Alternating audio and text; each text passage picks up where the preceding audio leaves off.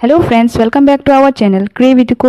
Like, share and subscribe to our channel if you are new and press the bell icon to never miss any update. Thank you. Experimental research के जो भी elements है उसके बारे में क्या क्या एलिमेंट्स चाहिए एक्सपेरिमेंटल रिसर्च कंडक्ट कराने में, तो वो देखते हैं हम लोग।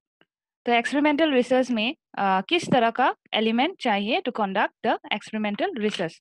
तो there are we have to look after कि डिफरेंट डिफरेंट एलिमेंट्स को देखना जरूरी है, बिकॉज एक्सपेरिमेंटल रिसर्च एक साइंटिफिक रिसर्च है। तो उसको कंडक्ट कराने से पहले we have to look after कि what are the elements, we have to elements क्या क्या है उसके, एंड उस चीज को किस तरह से हम लोग देख के हम बाद में उसको स्टेप बाय स्टेप्स करेंगे। तो फर्स्ट एलिमेंट इज कंट्रोल। तो आज के क्लास में सिर्फ हम लोग कंट्रोल को कवर करेंगे कि कंट्रोल का इंपॉर्टेंस क्या है इन एन एक्सपेरिमेंटल रिसर्च। अगर कंडक्ट करा रहे हो तो कंट्रोल एलिमेंट का क्या इंपॉर्टेंस है, कंट्रोल किस तरह से हम लोग कर सकते हैं, because already we have understood कि एक्सपेरिमेंटल रिसर्च में देयर आर टू ग्रुप्स, दो ग्रुप्स होते हैं। एक तो हो गया कंट्रोल ग्रुप, एक हो गया एक्सपेरिमेंटल ग्रुप। एक्सपेरिमेंटल ग्रुप वो है जिसमें हम एक्सपेरिमेंट कंडक्ट कराते हैं, एंड कंट्रोल ग्रुप जिसमें हम लोग कुछ भी एक्सपेरिमेंट नहीं करते हैं। तो उसके अलावा भी हम लोग एक इन्वायरमेंट को किस तरह से कंट्रोल्ड वे में, मीन्स कंट्रोल्ड इन्वायरमेंट क्रिएट कर सकते हैं, उस चीज के बारे में देखते हैं। तो फर्स्ट कंट्रोल को हम लोग देख लेते हैं आज। तो कंट्रोल में क्या क्या आएगा। कंट्रोल का मीनिंग क्या है, the extent to which different factors are accounted for. Means जो भी जितना एक कुछ एक्सपेरिमेंट कर रहे हो तो उस चीज को कितना बाहर से या फिर different factors are affecting it, तो उस चीज को हम लोग द एक्सटेंट, कितना एक्सटेंट तक एक चीज को मीन्स डिफरेंट फैक्टर्स अफेक्ट कर रहे हैं, तो उस चीज को हम क्या मानते हैं, कंट्रोल्ड मानते हैं। तो कंट्रोल को हम लोग किस तरह से करेंगे, द पर्पस ऑफ कंट्रोल में क्या आएगा। As I have already told, variable का मतलब क्या होता है, एक सिचुएशन या फिर एक कंडीशन। तो एक कंडीशन को किस तरह से हम कंडक्ट करा सकते हैं या फिर किस तरह से हम लोग कंट्रोल करा सकते हैं, तो वेरिएबल हम लोगों को मालूम है। तो उसी तरह के जैसे कि एक वेरिएबल को डिफरेंट अदर वेरिएबल भी अफेक्ट करते हैं। Variables, intervening variables are isolated so that they may affect the dependent variable. यहाँ पे dependent ये वाला टर्म नया है। देन इंटरवेनिंग वेरिएबल, तो डिपेंडेंट वेरिएबल कौन होगा, जैसे कि यहाँ पे एक एग्जांपल है independent variable, for example teacher.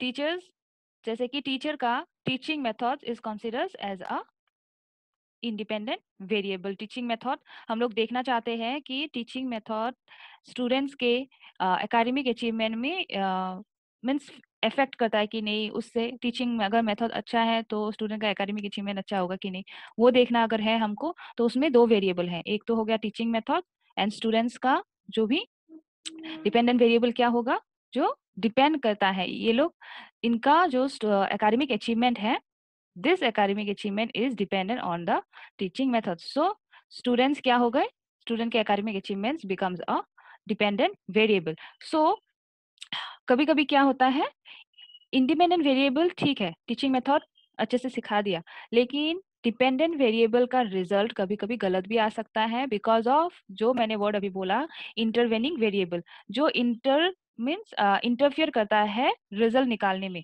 जैसे कि टीचर एक क्लास कर रहा है, टीचिंग मेथड जो भी डेमोन्स्ट्रेशन और लेक्चर मेथड जिससे सिखा रहा है, तो इंटरवेनिंग वेरिएबल क्या क्या हो सकते हैं, फॉर एग्जाम्पल नॉइस पोल्यूशन, जैसे कि स्कूल के बाहर डिफरेंट नॉइस हो रहे हैं, गाड़ियां चल रही है, तो that factors can be called as a intervening variable, जो क्या कर रहा है, जो डिपेंडेंट वेरिएबल को मीन्स स्टूडेंट्स के एकेडमिक अचीवमेंट में रिजल्ट निकलने में, जो भी उनका जो एक्यूरेट रिजल्ट निकलना था उसमें दे आर इंटरवेनिंग, मीन्स उनको इंटरफियर कर रहा है। उसके बाद और भी हो सकता है, जैसे कि मार्केट प्लेस के सामने है स्कूल, तो दैट मार्केट प्लेस का जो भी जितना भी नॉइस होता है, जैसे कि यहीं पे स्कूल है, तो इसका जो जितना नॉइस होगा that will affect the dependent variables, result में डिपेंडेंट वेरिएबल को इंटरवेन या फिर इंटरफेयर कर सकता है, तो उसी चीज को हम इंटरवेनिंग वेरिएबल बोल सकते हैं।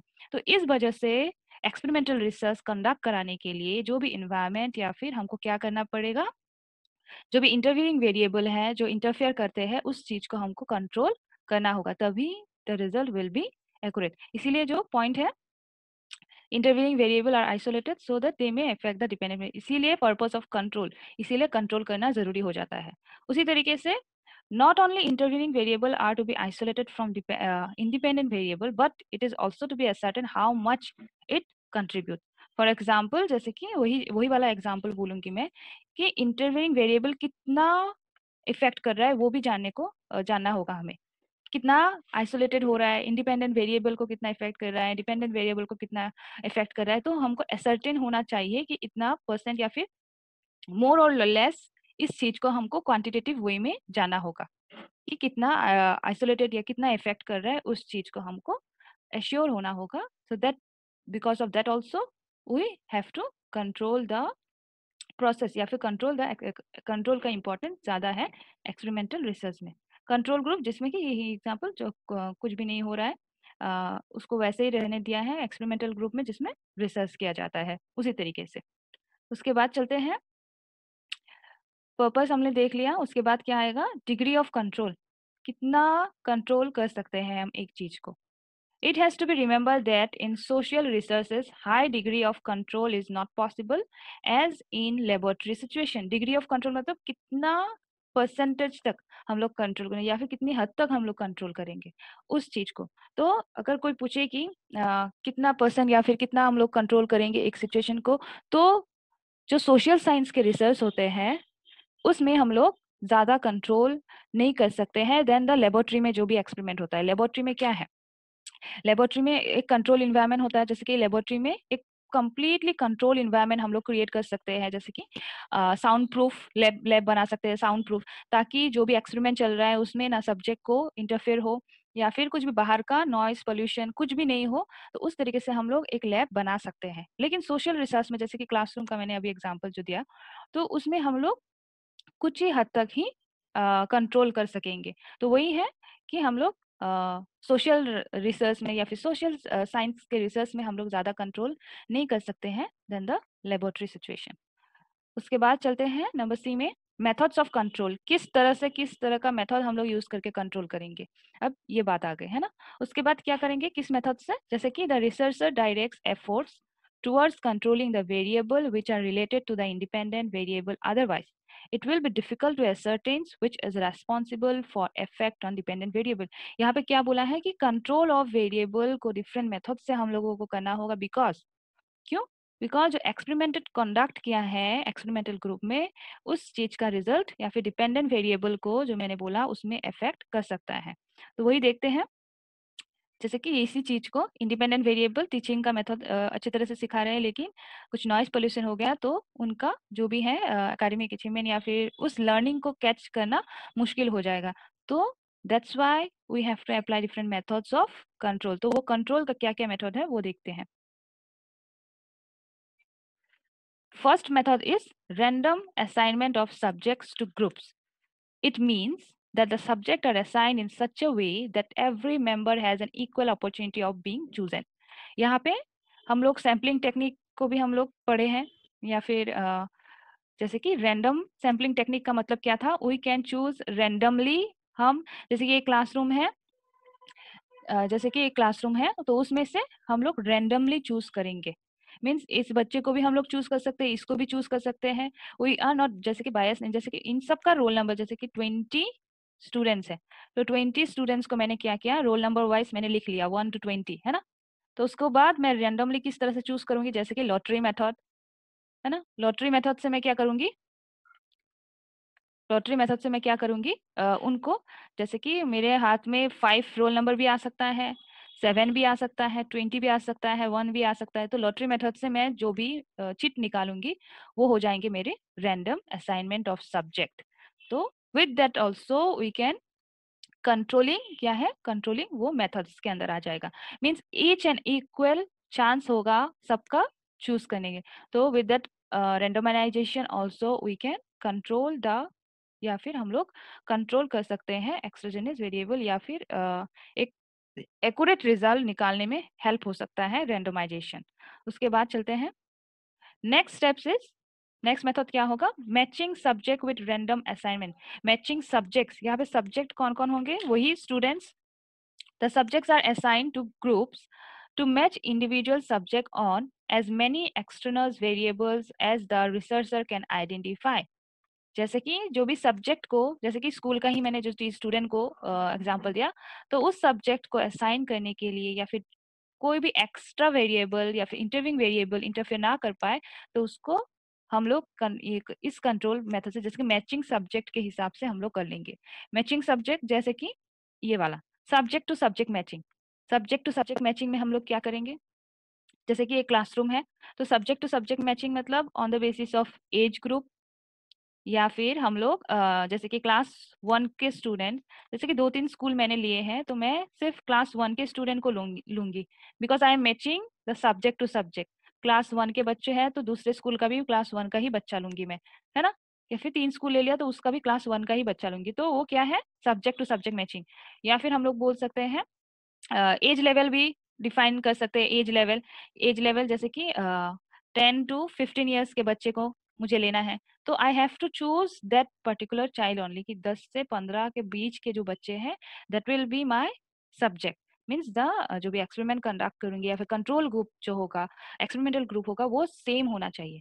तो मैंने किस तरह से डिवाइड किया यहाँ पे, subject to subject on the basis of age या फिर क्लास लेवल में, इस तरह से मैंने उनको डिवाइड किया है।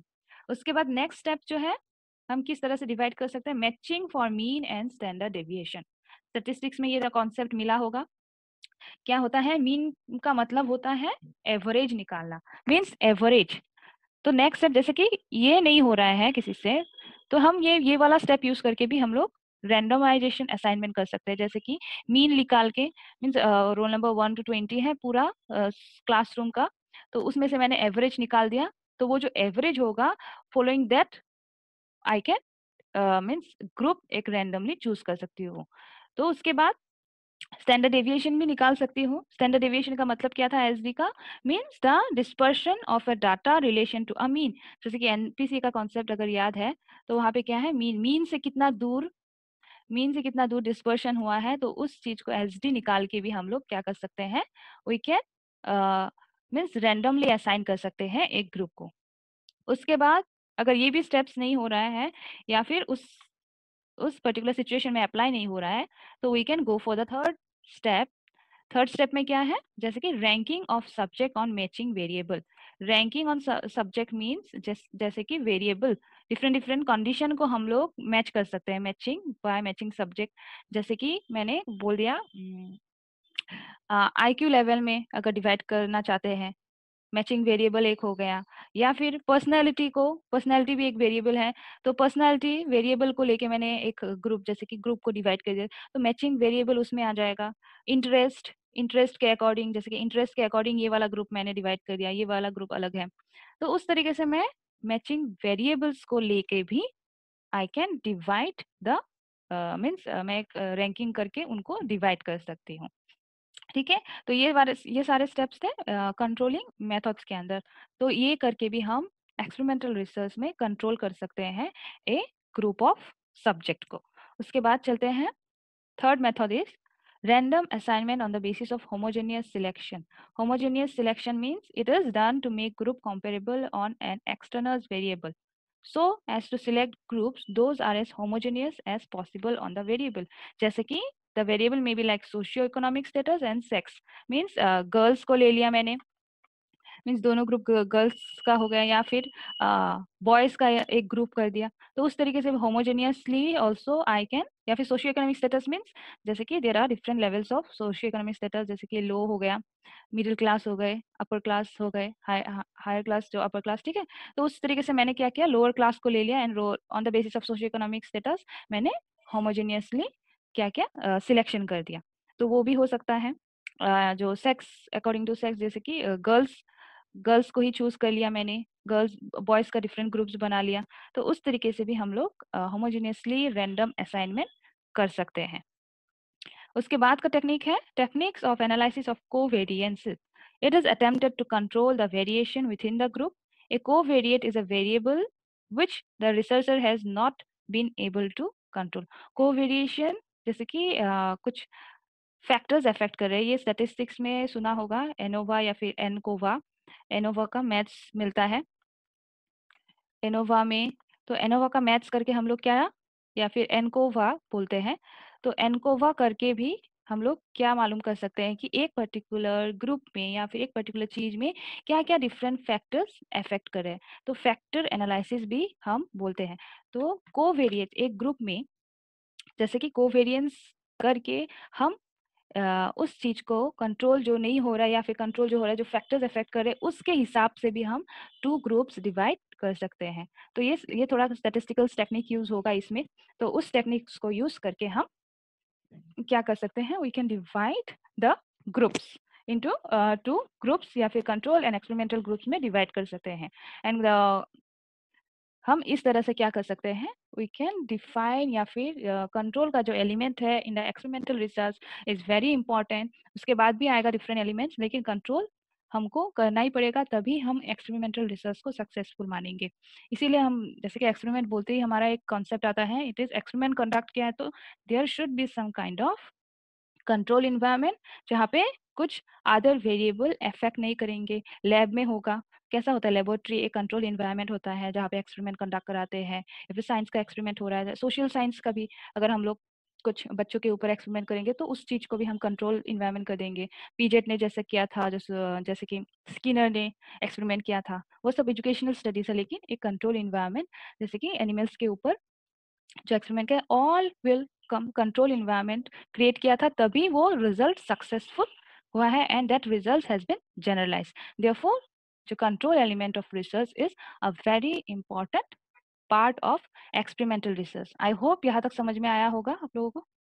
सॉरी, लास्ट स्टेप क्या है, उसी में कंट्रोलिंग मेथड के अंदर आएगा, जैसे कि method of using subject as their own control. Own control किस तरह से होगा, it is done to assign the same subjects to two experimental treatments and then to obtain measurements of the subject under one treatment and then on the other, but there is a practical difficulty in the method in same case। जैसे कि अगर हम लोग जब design देखेंगे, design जब पढ़ेंगे experimental design, तब ये चीज क्लियर होगा।